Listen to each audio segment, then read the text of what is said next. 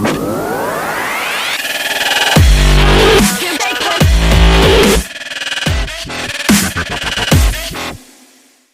up, everybody? Welcome to SWAT MMA. This is episode number 143. My name is Jarrod. I'm here with Paul. What up? We're coming to you from the fight capital of the world, Las Vegas, Nevada. Today, we are going to be taking a look back at the UFC Fight Night Santos versus Hill and ask ourselves, is Jamal Hill the future champ at 205 pounds? We're going to take a look ahead to the Marlon Vera versus Dominic Cruz Fight Night with some burning questions coming up out of there. Namely, can Marlon Vera beat an elite Bantamweight? Is Dominic Cruz still an elite Bantamweight? And with a win, does Marlon Cheeto Vera deserve a title shot? All that, plus the top 3 MMA fighters who need to retire right now. Before we get into the combat sports, though, you know what time it is. Grab your weed, fire it up, and let's get into the weed of the week. Smoke weed every day.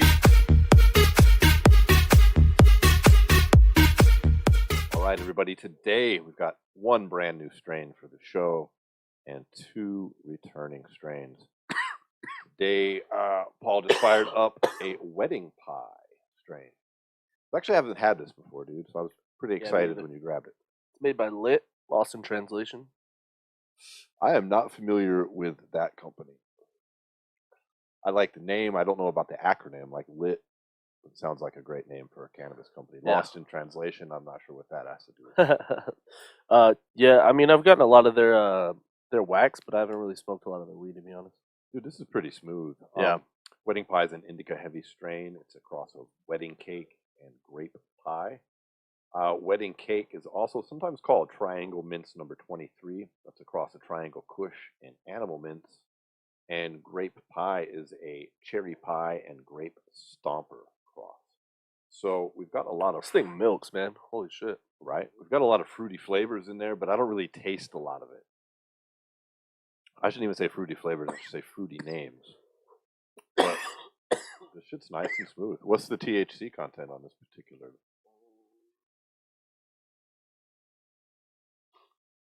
30. Oh, well, that's nice. Yeah. 30.3. And then it also has some B-carotene. It's got 8 milligrams of that, 6 milligrams of limonene, and 4 linalool. I like that because it doesn't have a lot of myrcene in it, which even though it's an indica, myrcene is what tends to make you really tired, get that couch rock feeling. And honestly, dude, I try to avoid that as much as possible. Yeah. Dude, even going back to a couple weeks ago when we had that, remember I accidentally got that chemo strain. Yeah. Dude, I went home after that and passed out for 4 hours. Dude, honestly, I slept after the show last week, too. I was like, fuck. So fucking tired. It was was rough. But yeah, this one's real smooth.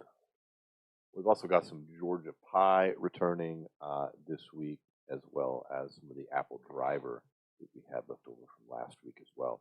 So if you happen to be partaking of some fine cannabis while you're listening to our show, we hope wherever it is delicious and legal.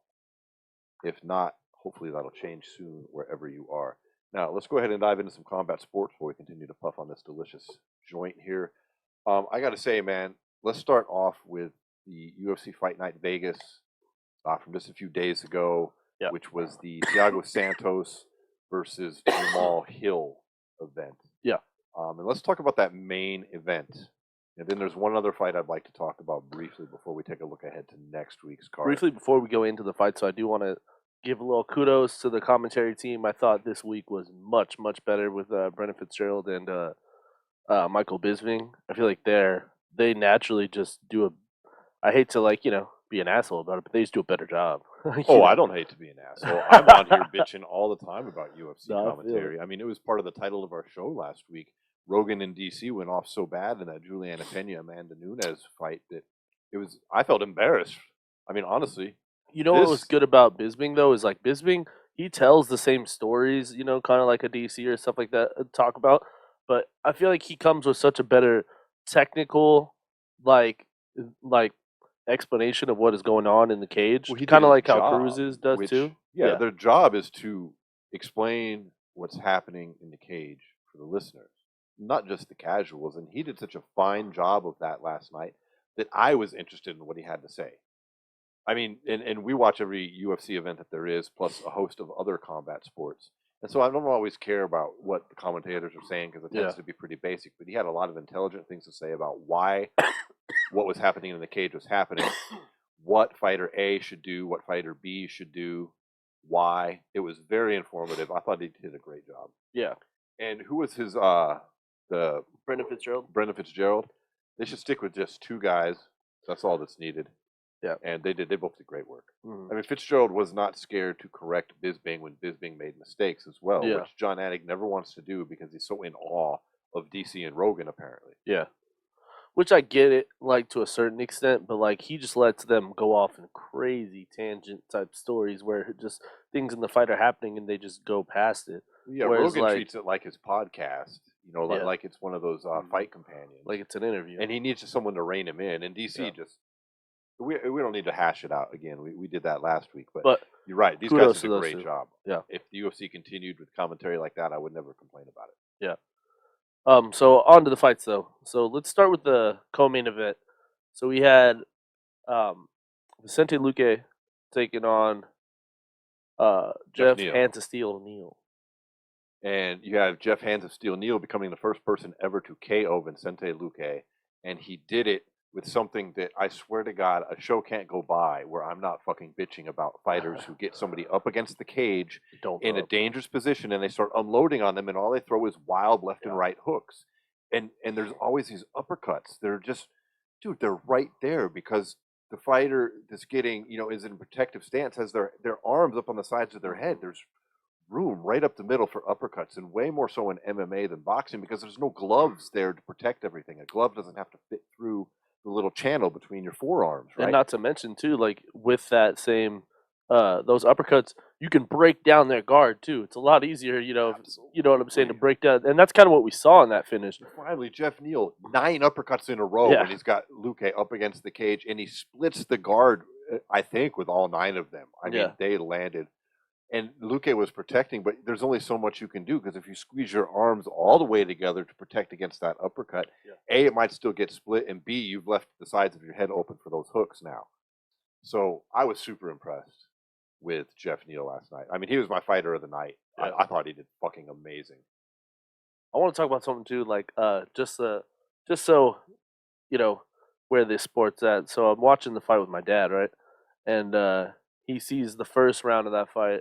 And he goes, "Oh, well, he knocked him down twice. That's a 10-8, right?"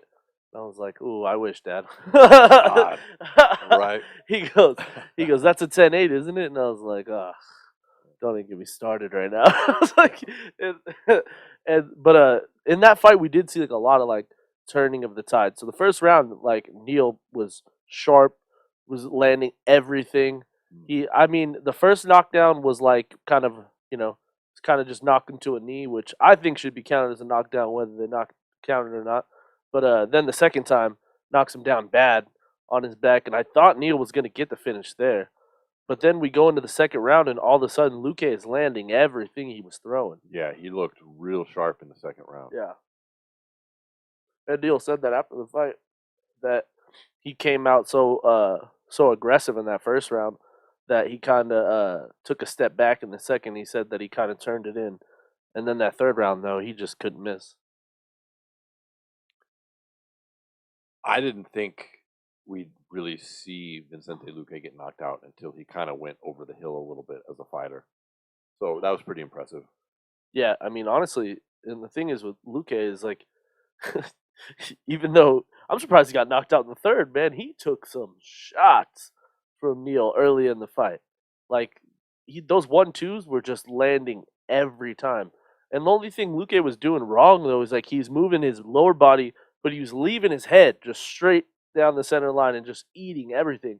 Because that's the thing, is like he was moving side to side, but it didn't matter because his head was just staying straight. He wasn't moving his head whatsoever. So Neal was just catching him with whatever side he went to. You know what I mean? And yeah, but I'm afterwards, you know, Neal said they'd been working those uppercuts in the gym, and that made me happy because what I would like to see is a bit of an evolution of the fight game in MMA, where similar to what we've seen over the past handful of years with calf kicks and leg kicks, where it's something that's always been there. It's not a new fucking thing. Yeah. It's a basic thing that suddenly started being utilized in really effective ways that then fighters were having a hard time dealing with. Okay, I would like to see the same thing happen now with uppercuts, especially up against the cage like that.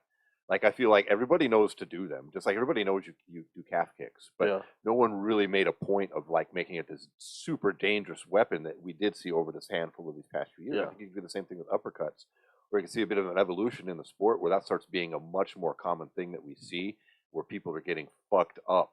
Instead of throwing those hooks, they're getting those uppercuts up the middle. And there's been it guys in the becomes a past who've big had weapon. pretty nasty ones. Like, call me a fanboy all you want, but fucking Conor McGregor's got a pretty nasty uppercut. Well, sure. I mean, like, there's been guys who have been able to like come into the UFC and use it like real effectively. Same with the calf kicks, like Yeah. Jose Aldo. I mean, everyone was famous for his Benson calf Henderson. kicks dating way back to the WEC for both those guys. Yeah.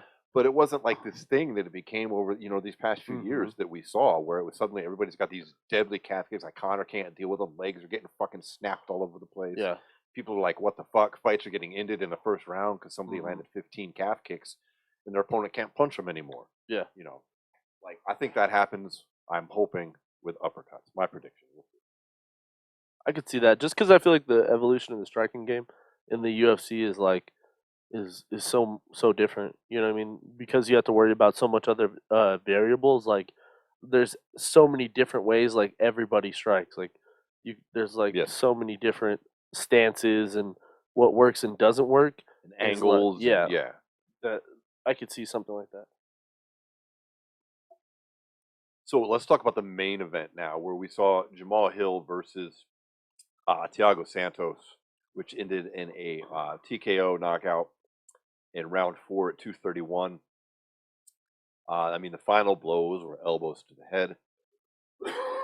And Hill just unloaded every bit of like energy that he had left in his body on that finish.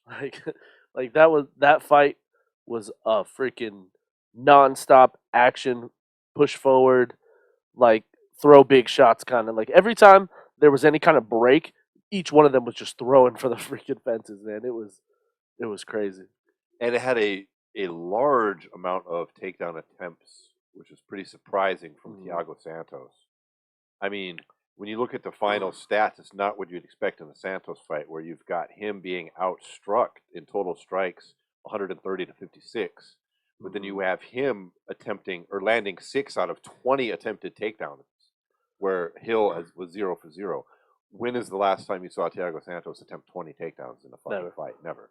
And I also want to kind of talk about that too, because the 20 takedowns I feel like were part of Santos's undoing, ultimately. Because if you look at probably the first 9 to 10, give or take, were stuffed, and then after that, at the end of the second round, like the first round was like a lot of Hill getting good shots, but then Santos kind of handling the grappling scenarios throughout the fight.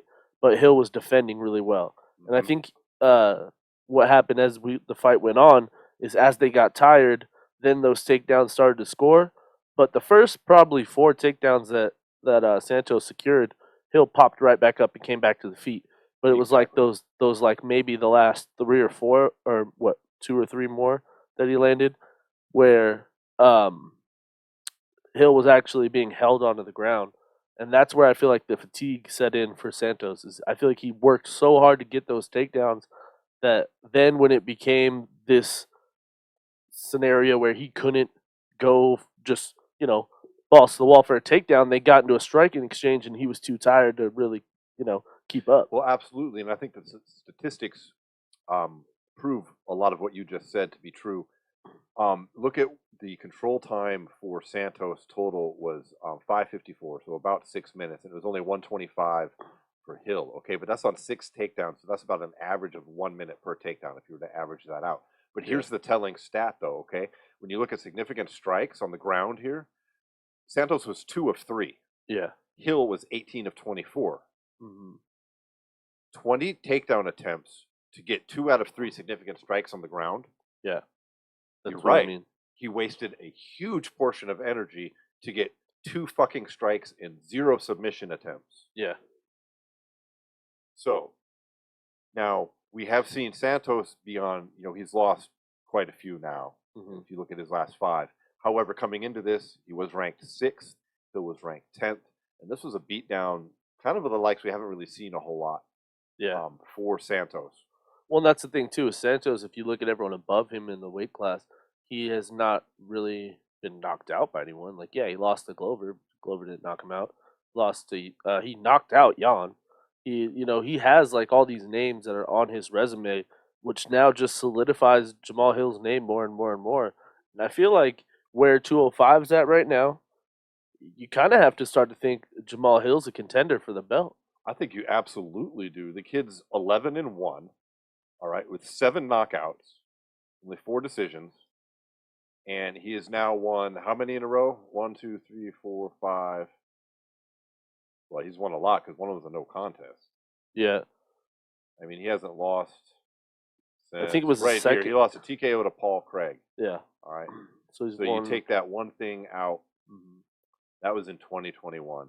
Since then, he has got a KO over Jimmy Crute. He has got a KO over Johnny Walker, and now a TKO over Thiago Santos. I say this kid is the future champ in this division. Okay, here's the only caveat up to that is as long as John Jones stays a heavyweight. Yeah, I'm figuring John Jones' size. If you've seen that last video of him bare knuckle in the pads, he's never hitting 205 again. Yeah, he's fucking huge. I saw, and I. But agree I'm with just you. saying, if he did happen to decide to do that, he's fucked. He's fucked. But where the division stands right now, with the strikers that we have, and the people that we have seen, kind of get some wins over the last few weeks, I think Hill fits in perfectly with all these guys. Oh, I think so. Absolutely. I mean, coming into this, he was ranked 10th. Now he's got a win over the number 6 guy. Now he does have a loss to Paul Craig in there. Paul Craig can be a tough out. I mean, yeah, he's a very, very good fighter. If you look at the landscape up above him now, he's not ready for a title shot yet. Yeah. But we've got Anthony Smith is out of it. I feel like this ranking isn't accurate. They've got him here at 5th. I mean, let's be honest. I could see them putting Hill there. I could see Hill. That would put him one above where Santos is, but Smith is out with a broken leg. That's what I mean, though. I feel like they drop Smith to 6, and you throw Hill there in at 5. And that leaves Alexander Rakic above him, Magomed, and then, of course, Blachowicz and champ Teixeira. Yeah. He fights one of those. Yuri's the champ. Teixeira's number 1. Yeah, that's right. I'm sorry. I got confused by the paper. I hate when the UFC does that. It's confusing when they show the number 1 guy not the champ. Yeah. But no, I feel you. Glover and Yuri, I think, are the one of those 2 guys is getting the title shot next. And I think kind of Jamahal Hill fights whoever doesn't. You know what I mean? I think he fights Magomedov Ankalaev, or however you say his last name, and or Alexander Rakic. You think so? Yeah. You don't think they're ready to just throw him to the wolves yet? No, I think he beats one of those 2 guys. He's deserving of the title shot and might even win. Because we still don't know what Yuri's quite made out of. I mean, he's so wild. And it looks like he might actually rematch Teixeira. Yeah. But I think if he doesn't rematch Teixeira, I think you give Teixeira Blachowicz, and you match Jamahal Hill right up. And I think that dude's going to win. I think he's the future champ. I'm super impressed by that guy. Dude's got hands. And he has natural strength. I mean, look at the body difference between him and Thiago Santos. Who looks like the killer fucking puncher? Not that Santos isn't, but I'm just saying. Yeah. Who looks like the guy that has more power? And that's the thing, too, is his body style is perfect for the weight class. He's 6'4". He's got that reach. He has the ability. I mean, he doesn't have the best offensive wrestling, but we saw in that fight, he's able to, like you were saying, use that natural strength to defend takedowns. And, yeah, man, he's tough. He's a tough out for anybody in this division right now. Yeah, I mean, he started out 5-0, and he was fighting under Jamahal Hill. He's fighting under the Knockout Promotions banner. And, I think a telling thing about him is in his 4th professional fight, he beat Dequan Townsend, who was a future UFC fighter, and Townsend had 26 pro fights prior to that. Jeez. So he beats a guy with 26 pro fights when he's 4-0. That is somebody who has got some special skill sets. Yeah. And he seems to be evolving quickly. Yeah. I mean, even now he has 15 fights. That's really nothing in the span of like a lot of these guys up at the top of this weight class. You've got so many guys who have tons and tons of fights. He's got 13 total. He's 11, 13, yeah. 1 and 1. So pretty raw. I call it as a future champ. And I think he probably wins out. I think he might be sitting as a champ at 15 and 1. If they put him 16 and 1, then what? If he beats one more guy than a champ, yeah, I could see it. 15 and 1. Dude's got power, man. He's got that just like put you out at any point power, and we saw that last weekend. And I feel that Yuri's too wild. The Yeah. current champ right now, he's too fucking wild. Like, you can do that for a little while, but you're gonna get caught with your hands down by Eventually, your fucking ankles, basically. I mean, And that's why I think him or Jan are both a real tough matchup for Yuri. Because I feel like anybody who brings in a lot of power could be a tough matchup for Yuri because all they could do is land one, you know? and Hill even more so, I feel, because his striking is real tight. He keeps his punches in tight. He's got a real nice 1-2, and even when he was on the ground on top of Santos and he was throwing like hooks down, they were really tight and controlled. So I really feel that his tight striking would be a problem for Yuri with his wild tendencies. Now, I realize it's still a bit early to say, oh, that the guy just won the title. We haven't seen a whole lot of him in the UFC. We've actually seen more of Hill in the UFC than we have of Yuri. Yeah. But it'll be something to keep an eye on as this future unfolds here in the light heavyweight division. Well, and here's my thing with Hill also is his ability to like control the chaos. Like because there was a lot of times in that fight where him and Santos were just both throwing bombs, and like his ability to be so precise when there's flurries like that. That's going to be big when you fight someone like Yuri or Jan or any of these guys who are big at the top of this weight class, you know? Absolutely, bro. Yeah. We'll be curious to see how that ends up. But let's talk about this fight we got coming up this weekend. So we have Dominic Cruz taking on Marlon Vera. Bantamweight. I'm going to fire up this Apple Driver while Yeah. we're talking about that. Bantamweight got a lot of action going on here. This is kind of an interesting fight. I think it's a lot more consequential for Marlon Vera than it is for Dominic Cruz. I agree. I don't believe Cruz is even ranked at this point, is he? Okay, he's ranked 8th, which currently Marlon Vera is ranked 5th. But this leaves me with some questions in my head that we kind of, I mentioned in the intro to the show, but I mean, can Marlon Vera beat an elite bantamweight? Now, we know he can beat a good in the top level. I mean, he just beat Rob Font. Yeah. And Rob Font is proven that he belongs right up near the top of this division. But Dominic Cruz is obviously a former champ. He is at one point considered to be a legend, one of the top 2 fighters in the entire sport, one active. I mean, remember when him and Jose Aldo were maybe going to fight to find out who was the best in the whole sport? Yeah. He was considered unbeatable. Beat Demetrius Johnson. Yeah. Like, convincingly. Exactly. At a time when, that Dominic Cruz is a legend. He is. Yeah. But the question that also comes up from that, though, is he still elite? See, that's an interesting question because at this weight class, I think that there isn't that many like super elite guys. And it's really hard to But everyone's a dog, though. You know what I mean? It's very hard to look at his last few fights and try to really draw anything from it. Yeah. So much of it is injury, recovery time. So much of it is he steps away for a lot of time. He's got wins over Munoz. He's got wins over Kenny. He's got the loss to Cejudo and Garbrandt, a win over Faber. He's, he came back and he blitzed Mizugaki. Yeah. He's Dillashaw. Yeah. He's got an interesting career, like over the last let's say the last 10 years, because it so many like just the highest of highs, but then like weird lows. Like when he beat Faber and he beat Dillashaw pretty much back to back, and then he goes in and he loses to Garbrandt. A lot of people kind of thought that it was like where he was going to step away. He ends up breaking his arm. Like a whole bunch of other factors into what like stops going on too. with that Garbrandt fight. Now, Dominic Cruz isn't one to talk about this, but if you go back and you look at it, he had plantar fasciitis in his feet going into that. And Dominic Cruz has been known for his movement and his odd footwork. Like, that's his thing.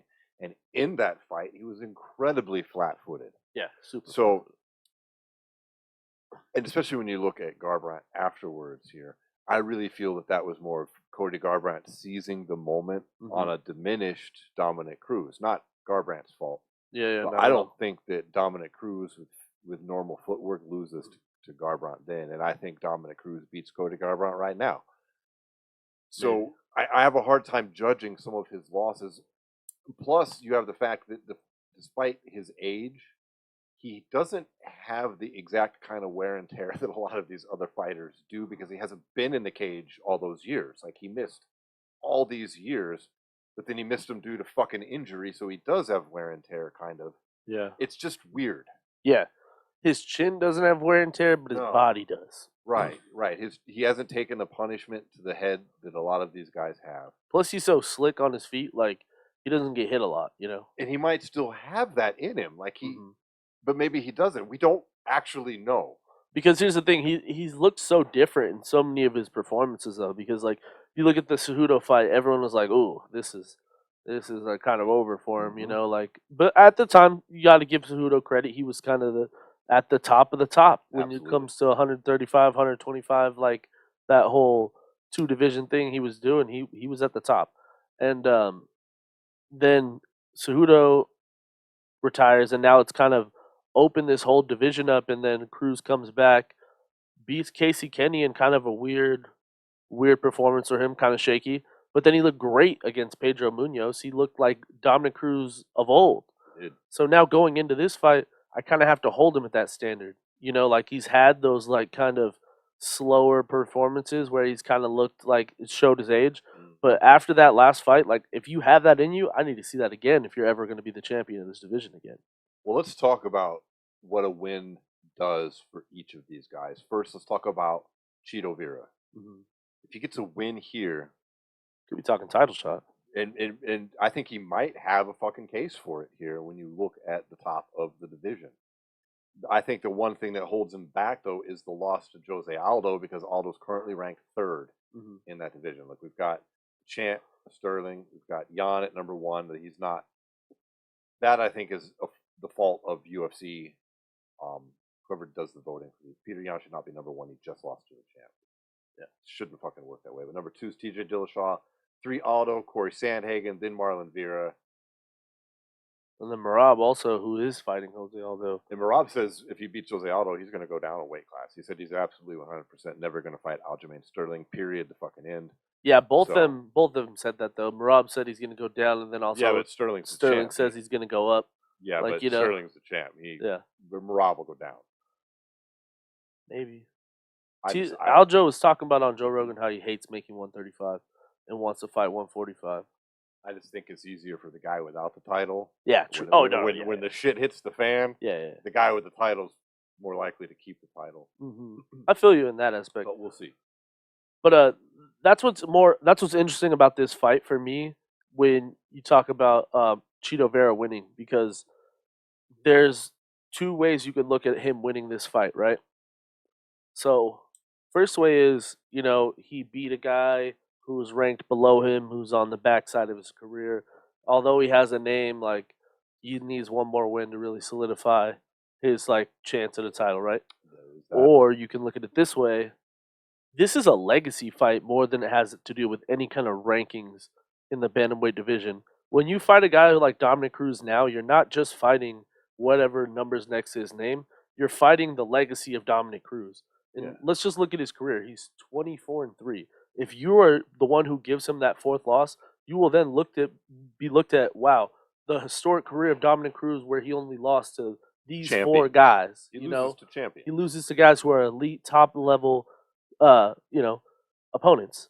And if Chito Vera is able to pull that off, I think it just means so much more than him beating a guy who's ranked below him. And, like, because I kind of feel like that narrative is kind of being like, at least online and everything, like, this is a fight that Chito Vera should win, that Dominic Cruz is on the back end. But, like, at the end of the day, Dominic Cruz has still only lost 3 times his whole career. And if Chito Vera is able to give him his 4th loss, I think that should earn him a title shot, in my opinion. Yeah, it's not the same as if, let's say Dominic Cruz and Pedro Munoz were switched in the rankings, and he was fighting Munoz at number 8. Yeah. Okay, does he deserve a title shot for beating number 8, Pedro Munoz? No. Well, no. Okay. It's different, though. You're Yeah. right. And Cruz is not, you can't say that he's shot yet. Yeah. It's not like he's, Frankie Edgar, I mean, Vera has a win over him, too, but that Also, doesn't carry the front kind of kick weight in the Frankie Edgar bantamweight in the face. division as it does if you were to beat Frankie, say, at featherweight or lightweight. Mhm. Lightweight. You know, Cruz is still in the division he was champion of. He's on a streak. He's only, I mean, his last 2 losses, if you look at him, were to champs. Yeah. Like, I would make the argument that he is still elite. Yeah. Until he shows us that he's not, which Mhm. I don't think a loss to Cejudo and a loss to Garbrandt when you're you're dealing with an You're fighting injury, the I best don't of the think that best. means you're not elite anymore. Yeah. No. So I think with a win here, Vera has a strong case for a title shot. Do I think he'll get it? No. But I think he maybe Becomes deserves elite it. after this, though. Absolutely. I'd say a win over Dillashaw makes you a part of that elite class of guys at the weight club. Now let's flip this around. Dominic Cruz. Mhm. This would be a 3-fight win streak in the bantamweight division for Dominic Cruz and a win over the number 5 ranked fighter. Mm-hmm. Does he deserve a title shot? Title shot, no. But will it get him like one fight away? Yes. What about that And Jose Aldo fight they've been talking about? And here's the thing, though. A third win, also could get Cruz the fight based on his name value. Just like I was talking about how Vera will use that name value on his resume, Mm-hmm. Dominic Cruz can go, whoa, whoa, whoa, whoa. I'm the former champ. I've won 3 in a row. Let me get back what's mine. Right. I've beat Dillashaw before. Once he obviously Dillashaw's already fighting for the belt, so it doesn't really matter. But after that, I'm saying like Aldo, he would beat someone who's in front of Aldo also. Aldo's on a 3-fight win streak as well. So maybe it does just set up him and Aldo for a, number 1 contender fight. That'd make a lot of sense. But yeah, who do you got in the end? I like Dominic Cruz here. Yeah. I don't think he's done. I think he's going to come out here and win a real dogfight. Yeah. Against Vera. I think it's going to be a decision victory for Cruz, and I would like to see him, since Jan is tied up with, Sean O'Malley, Which is crazy. Yeah, that's crazy. And Sterling's fighting Dillashaw. I think the fight with a victory here for Cruz that makes the most sense would be the one that people want to see. Frankly, I would want to see it at that point, which is Jose Aldo versus Dominic Cruz. Because not only do you have their historic name value of those 2 fighters, but it actually is an important fight for the division. If you just wind up saying that Cruz takes over Vera's ranking at number 5, and he's got the number 5 versus the number 3, that's an important fight. Yeah. Regardless of the names behind it. Well, here's the deal too. I think a win over Vera puts Cruz above Sandhagen. I think that puts him up at 4. I do too, especially when you have Sterling already having made short work of Corey Sandhagen. Yeah. Admittedly, I don't think it was a title fight. It wasn't a title fight, but I mean, he It sucked was him with the 15 quickness. seconds? You're talking 45 in and out, seconds. son. I don't know. So, you something know, real quick. Yeah. That's what I like. I like Cruz with I haven't seen the Vegas odds. I'm gonna guess he's the underdog here. I like him with a victory. Yeah. I like Vera. Like, I'm a fan, so I do want Vera to win, but I would not mind Dominic Cruz winning as well. I like Tito Vera too. Yeah, I'm just a fan of his, and I feel like kind of the changing of the guard in the division is always great. And yeah, Marlon he's fun to watch. He's good on the mic. He's sellable, and he's hilarious too. So now let's shift out of the fights. Let's talk a bit about kind of something that we've been seeing over the past few months that has kind of begged the question for the both of us. Is we got a lot of fighters across mixed martial arts, whether it be UFC, Bellator, PFL, that we've seen kind of just take a step back. And you have to ask yourself, between me and you, who we think are the guys who need to retire pretty much ASAP. Dude, it's a fucking tough sport. It's tough. It's tough to even and talk when you're about over this. the hill in this sport, it's not the same thing as if you're messing around in golf and just Mm-hmm. can't win anymore. You're getting beat up by dudes that are young and hungry and looking to end your world inside that cage. You're literally risking CTE every time you go in the cage. When you get past a certain fucking point in your career, when is the juice not worth the squeeze? So that's what we're asking here, and that's what we're saying. Here are our top 3 MMA fighters who just need to retire right now. Yeah.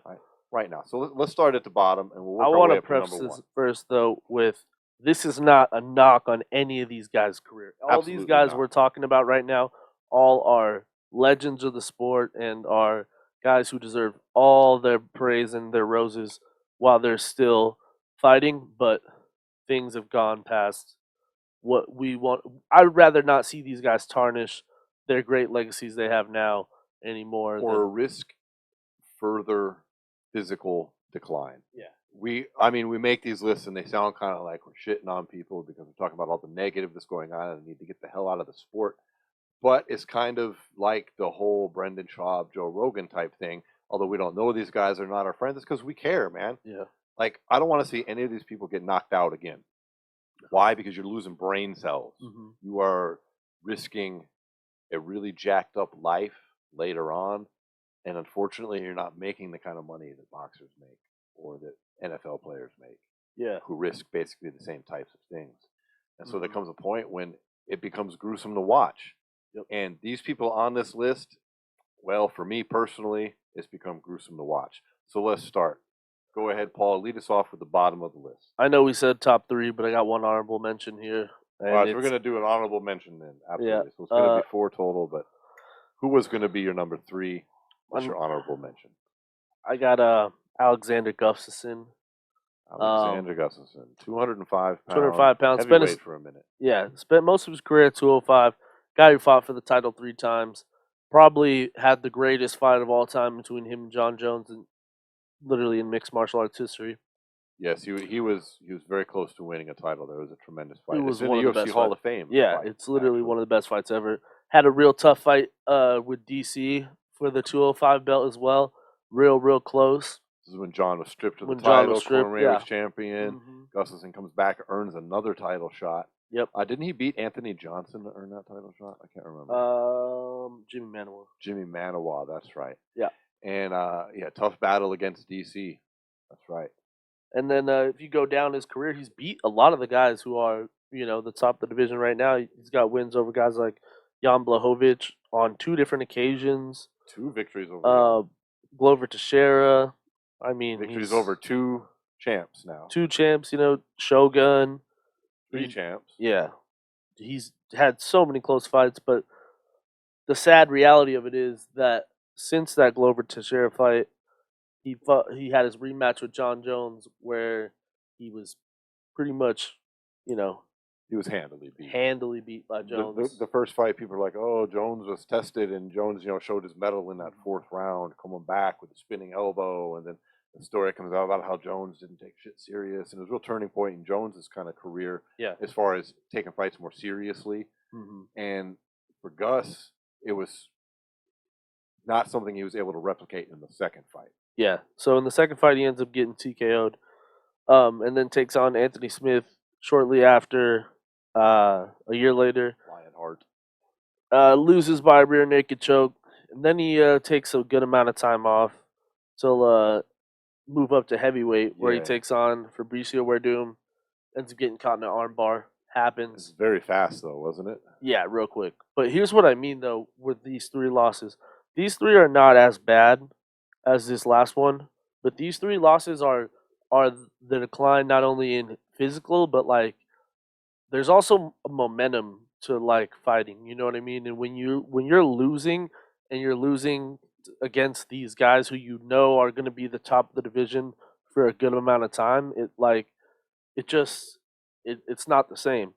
And then so a couple weeks back, he ends up fighting Nikita Krylov, gets faceplant KO'd, which we've never seen before. Never has happened to Gus. At least in the UFC, we've never seen him just pretty much flatlined. Ever. Now, Nikita Krylov is a good fighter. He, in fact, has now, I believe, 22 first-round finishes. Yeah. But what he is not is an elite, top-of-the-food chain 205-pounder. Mm-hmm. For a guy that has had so many rounds with Jones, DC, guy who has victories over these other champs. It was a pretty shocking moment. Yeah. And I think it's pretty telling as for a fighter who's also taken so much time off to try and fix what he thought was going wrong in his fight game. Yeah. I mean, the heavyweight thing was retired supposed for to be one this point. big thing all this time, and he goes up, he gets embarrassed, frankly, by a guy who's not even in the UFC anymore, who's not even in the PFL anymore, is he? You know, whatever those circumstances might be, it's factual. And then he gets smoked by Krylov. Now, do we want to see him continue to go out and decline and lose fights? No. We think it's time for Gus to go ahead and hang him up. Yeah. Now we've sparked up this last final pre-roll. Mm-hmm. I'm happy with that. So another one. Well, since you had it, we were going to kind of alternate, but since you have got an honorable mention there with Gus, which I agree with. I agree. Gus needs to hang him up here. Yes. Who have you got now here clocking in at number 3? Tony Ferguson. Tony Ferguson. Yes. UFC lightweight. And interim champ. like we did before, I'm just going to go through some of his mixed martial arts accomplishments. Tony Ferguson was at one point was the UFC interim lightweight champion. Also won the Ultimate Fighter season 13. He had 6 fights in the nights. He has tied with the most wins ever in the division, tied with Khabib. An amazing streak he was on. I believe crazy streak. Fights, the people he beat on this list too are nuts. You got guys like Josh Thompson, Edson Barboza, Rafael Dos Anjos, Kevin Lee, Anthony Pettis, Donald Cerrone. But then after that Cerrone win is kind of when things started. When he was booked multiple times to fight Khabib Nurmagomedov for the title, both when he was interim champ, he has this terrible bad luck when that fight is going on. They're going to a fucking press event. He's in the back. He trips over a wire in the Fox studios and jacks his fucking knee all up. Loses the title fight. Not loses the fight itself, but loses the opportunity. Right? Khabib goes on to fight whoever, I can't recall off the top of my head. Ally Aquinta, that's right. Oof, yes. And Tony's stuck going to rehab. I think. Oh, now go on. So since then he fights Cerrone. But since then he fought Cerrone, got himself a second shot at an interim title. This time versus Justin Gaethje. I think this is one of the most telling fights. Yes, that Gaethje fight, highly anticipated. Yeah. Going into this fight, this is during the COVID time. This is, I think, this is the first card back, right? This is the one that was Cejudo and Cruz also, and we just saw a Tony Ferguson in there that looked like he had lost a step, and a lot of people credited that to Justin Gaethje, but the following up fights kind of has shown that more and more and more.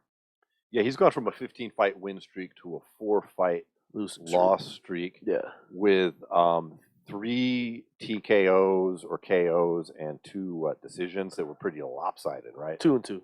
Yeah, 2 KOs and 2 decisions. The 2 decisions were 30-27 also. So yeah, they were not close fights. No. It did not look like the Tony Ferguson of old. No, it wasn't just that he lost like a close fight and someone who's managed to rise above Tony's incredible skill set. No, it looked like Tony wasn't Tony anymore. Well, let me kind of give some light to that as well. The people he's lost to are no fucking slouches, though. We're talking about the best of the best of the best. But I think that's the problem here.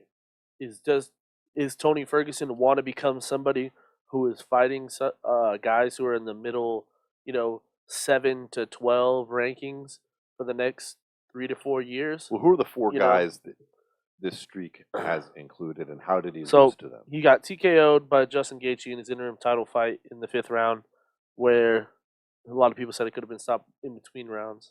Yeah, he was leaking. Yeah, and then he goes on and he fights Charles Oliveira in another fight where he was just beat down, 30-27. Yeah, really beat down. It was a pretty crowning achievement for Oliveira at that point. And it really catapulted Oliveira into that, this elite title, elite, status. And then he goes on to fight Beneil Dariush, where he also gets 30-27. And that, honestly, is the fight that he should have won. you can look back at it and say, okay, Gaethje is Gaethje. He went 5 rounds. He lost. I mean, Gaethje's world class.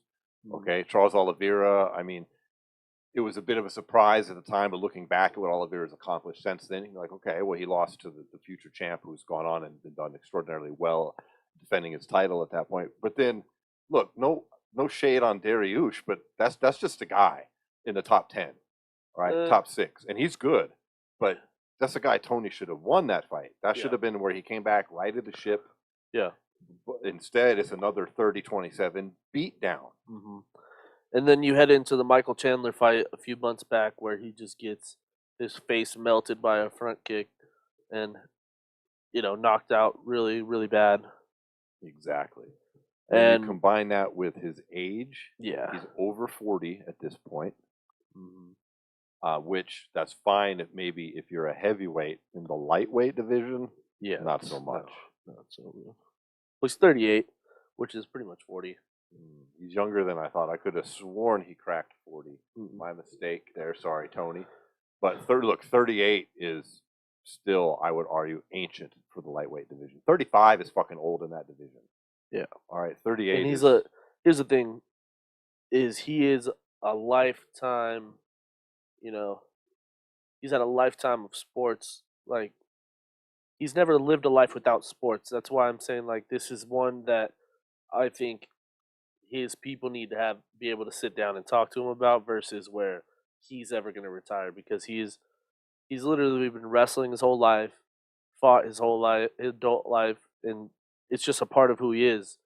And but yeah, I think Tony Ferguson's got to really think about it before he fights his next fight, because there's like I was saying before, there's 2 ways his career goes from here on out, and it's fighting those guys in that mid range and ranking and winning some and losing some, or are you ever going to really be able to go back for the actual, and compete for a title? And that's what Tony Ferguson's career has always been. It's never really been about, it's always been about getting to that strap. And does he really have what it takes to really get there still? I don't know. I don't think he does. And I would agree with you. At his age and with his accomplishments, I don't really see Tony winning a lot of fights. Yeah. When he's losing in the manner that he's losing. And I don't know how soon you can right that ship. Yeah. All right, well, that brings us into the top 2. So let's go with the number 2 fighter. Now, look, I'm going to say that for these number 3 and for the the number 4 guys, I think maybe there's a little bit of argument that could be made there. There's a door still open. These guys still got a little bit in the tank here. We think maybe you guys are wrong. I think some of you listening might be like, you guys are crazy. However, I strongly feel that our number 2 and our number 1 picks on this list, I would be hard-pressed for anybody listening or watching on YouTube to tell me why these 2 gentlemen should keep fucking fighting. Yeah. So let's go on with number 2, and that brings us to former UFC champion, former WEC champion, current PFL fighter in the lightweight division, one Anthony Showtime Pettis. Yeah. Look, I've been a fan of Anthony Pettis since way before he made it to the UFC. Before the UFC, he was on some obscure shit that I was watching on MTV, some documentary on fucking MMA fighters, and I thought that dude was really fucking sick back then, and I followed his career since then. Yeah. But he has come upon some seriously hard times. So before we get into, the reasons why I think that he should hang them up, I do want to, just like you did, let's talk about a little bit of his career, because he's had an amazing career. I mean, he made his debut in MMA all the way back in December of 2007. All right, he was 8-0, but his fights were he was unknown because he was fighting in shit that was being held by Duke Rufus and Adam Sandoval, which is the gym he's being trained at. So it's like your gym is putting on these little kind of smokers. They are what they are. But he then made it into the extreme cage fighting WC, where he beat Mike Campbell via first round triangle choke. And then he goes on to become the champion in the WEC. And during his time there, he had what is arguably still, all these years later, the sickest mixed martial arts highlight of all time. You know what I'm talking Yeah. about, Paul? The cage kick. The cage kick. Yeah, freaking against Benson Henderson. Yeah, I Which, believe you it know was- what's funny about that? Is how sick that is. He didn't knock him out. Benson Henderson survived that shit. Yes. I believe that was in 2010, because that was the 2010 Fight of the Year for MMAfighting.com, Yeah. which back then was a pretty significant award, because there wasn't a Mhm. whole lot of MMA media. We're talking 14 or 12 years ago, I should say. Yeah. It was absolutely amazing. For those of you listening that don't know what we're referring to, you can look it up on YouTube. It's like Showtime kick. He jumped up onto the side of the fence and then used it to springboard himself off of and kick Benson Henderson square in the fucking face in some Matrix looking shit. Yeah. I mean, it looks like something from a movie. Absolutely. He goes on to go into the UFC, where he, of course, winds up winning the title. He becomes the first, I believe, mixed martial artist, period, but definitely the first UFC fighter to be on the cover of Wheaties. Yep. I mean, it really couldn't get any better than it got for Mhm. Anthony Pettis. And the problem then comes, that was the pinnacle right there. The Wheaties box and the winning of the title was as high as it got. Since then, his career has had a lot of ups and downs, Mhm. and way more downs, unfortunately, than it has ups. I mean, since then, his main highlight really has been the Superman punch KO of Stephen Thompson. I mean, he is the only man to ever knock out Stephen Thompson. Yeah. He did that at welterweight in 2019. He left the UFC having lost after that. He knocks out Stephen Thompson in 2019. Then he loses to Nate Diaz. He loses to Carlos Diego Ferreira. He does get a win over Donald Cerrone And Alex Morono. and Alex Morono. Which the Morono fight, I thought he lost, actually. I was going to say, I didn't think he won that Morono fight. I thought that was a gift of a decision for him. And, that doesn't really hold a whole lot of weight since then. He goes into the PFL, where he's, kind of widely expected to be a shoo-in for this $1 million tournament, right? Yeah. He doesn't go to Bellator, where most people think he should go. But he has had such, kind of shaky losses in the UFC. I mean, he has losses to Dustin Poirier. He's got losses to Max Holloway. He does have a win over Charles Oliveira. He's got a loss to Tony Ferguson. Yeah. Lots of ups and downs. But then since he hit the PFL, where he's supposed to cruise, it's been a disastrous run in the PFL for fucking Anthony Pettis. It starts off with PFL 1 on April 23rd, where he loses a decision to Clay Collard. Yeah, in a fight where he was almost finished. Yeah. In a Collard fight, knocked him down twice, right? In Collard, Collard was getting a bit of shine for a minute because he was also doing pro boxing and looking good over there, and he was looking good for a minute in PFL. But let's be honest here, this is the level of guy Pettis is supposed to go into the PFL and fucking smoke, because he's Anthony Pettis, right? Instead, he loses. Then he fights a gentleman who I don't even know, Raush Manfio. Manfio? You know who that is? I don't know who that is. All right, this is in PFL 6. This was his fight in June after the loss to Clay Collard. He loses a split decision to Manfio. Disastrous for his brand. Misses the playoffs. All right, misses the playoffs. So from June 2021 till May 6, 2022, he is off. Yeah. Right, with the PFL season off. He comes back. He fights a guy named Miles Price.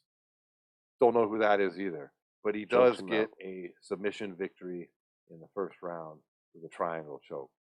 And look, no offense to Miles Price, but that is definitely a guy that Pettis should be beating. So he does what he's supposed to do there, okay?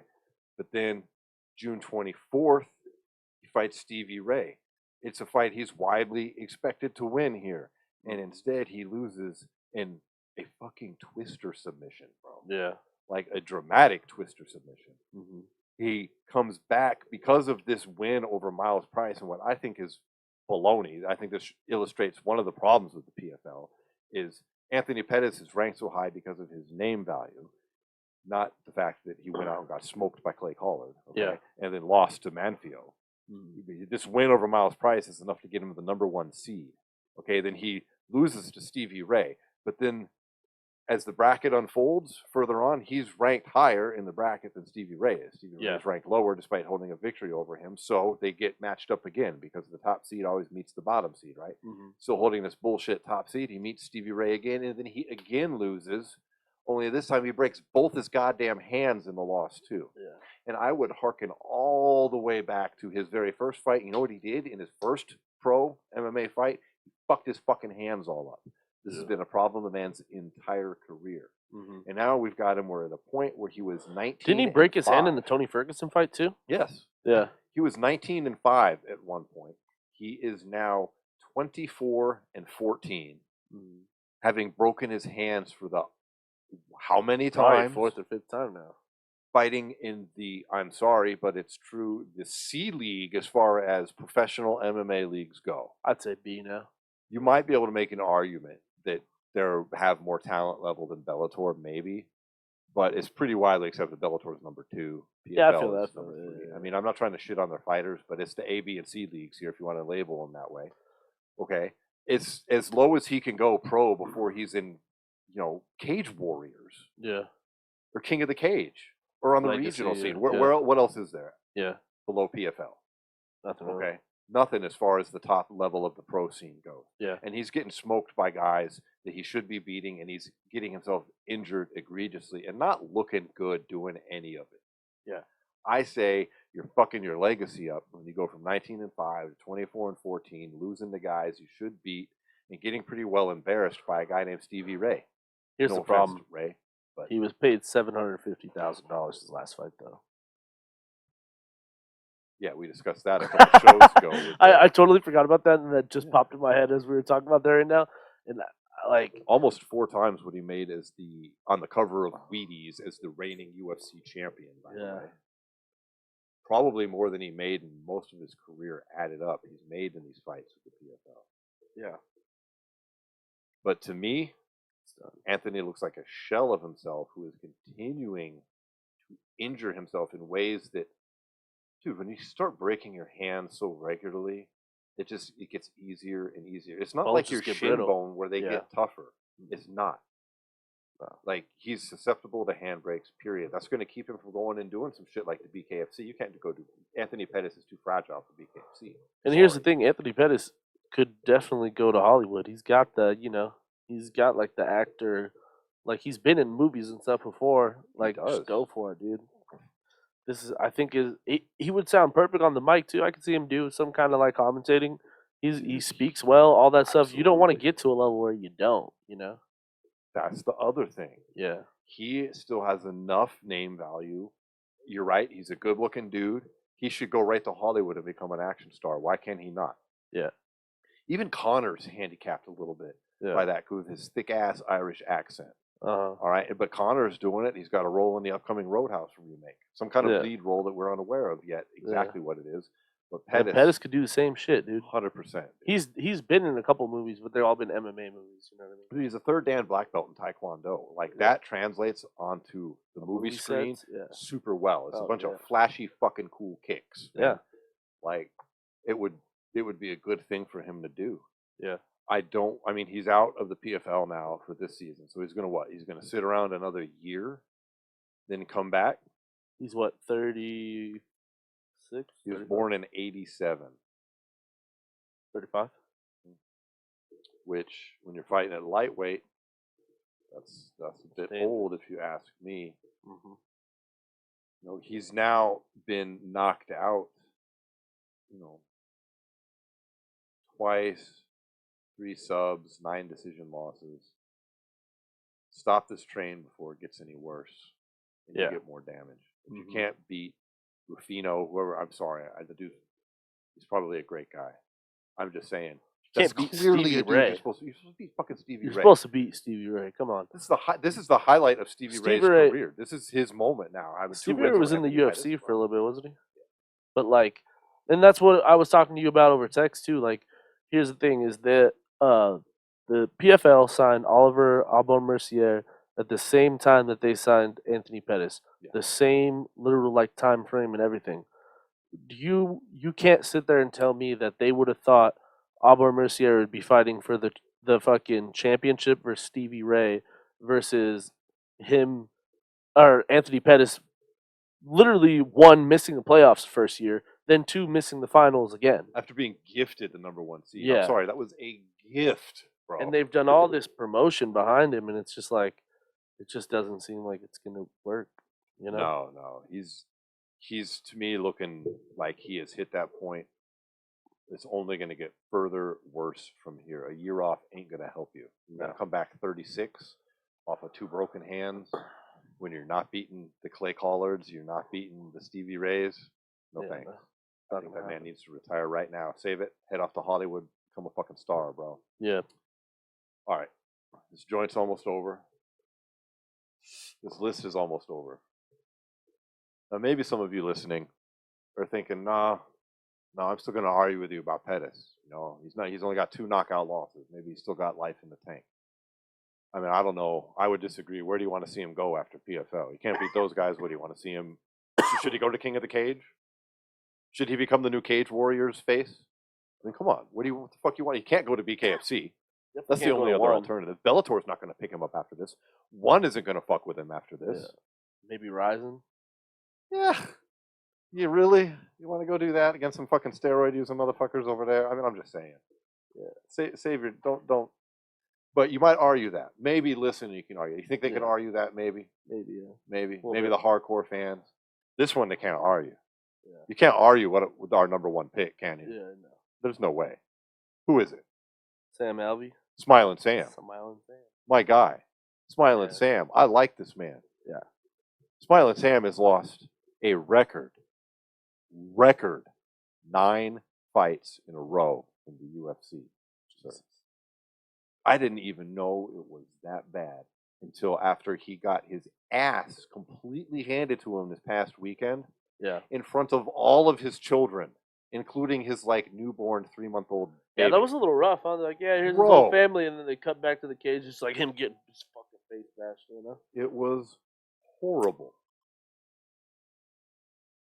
This is what, who we were talking about? Anthony Pettis has got only 2 knockout losses. And I want to talk about some accomplishments of Smiling Sam, because he's been a great fighter. Yeah. However, the man has got 4 knockout losses, 3 subs, and 11 decision losses. But those 4 knockout losses have all been coming here real recently. And we're going to dive into that a little bit more. But let's talk about it. This guy competed in football and wrestling in high school. He's from Waterford, Wisconsin. And he became an amateur fighter the same year that Anthony Pettis actually became a pro fighter, all the way back in 2007. He actually lost his first amateur fight, which can be hard to come back from, dude. You get TKO'd in your first amateur fight, that can be hard to come back from. But he turned pro in 2008. He stayed entirely in the state of Wisconsin, and he turned into 11-1 record, mostly in King of the Cage at that time. He goes to Bellator. He had success in Bellator. He was in their season 5 middleweight tournament, and he wound up earning his way into the UFC on the Ultimate Fighter, all the way back to Team Carwin versus Team Nelson. You remember that, dude? Yeah. That was some shit way back then. He actually signed with the UFC in 2014, and he made his pro debut there, or not his pro, his USA debut on August 16th, 2014 against Tom Watson.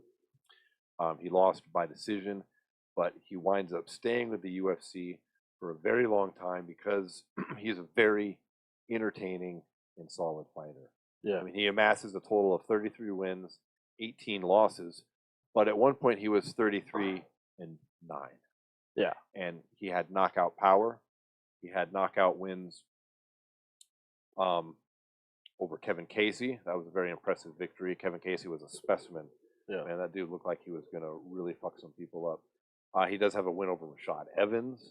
I mean, that was back in 2017 when Rashad Evans was, still a fairly elite fighter. Mm-hmm. He had some great KOs over Antonio Rigo Nogueira. He lost by KO. He had a great KO over Marcin Pacino. And he always did everything with a smile on his face. But then he goes on this incredible streak. He loses starting in 2018, dude. 2018. He hasn't won a fight since June of 2018. And this loss streak began September 22nd of 2019 with a TKO loss to Rogera, a TKO loss to Jimmy Cruz. Then he's got 2 decision losses. A Brew, I don't even know who that is. Ryan Spann, Hu Young Jung.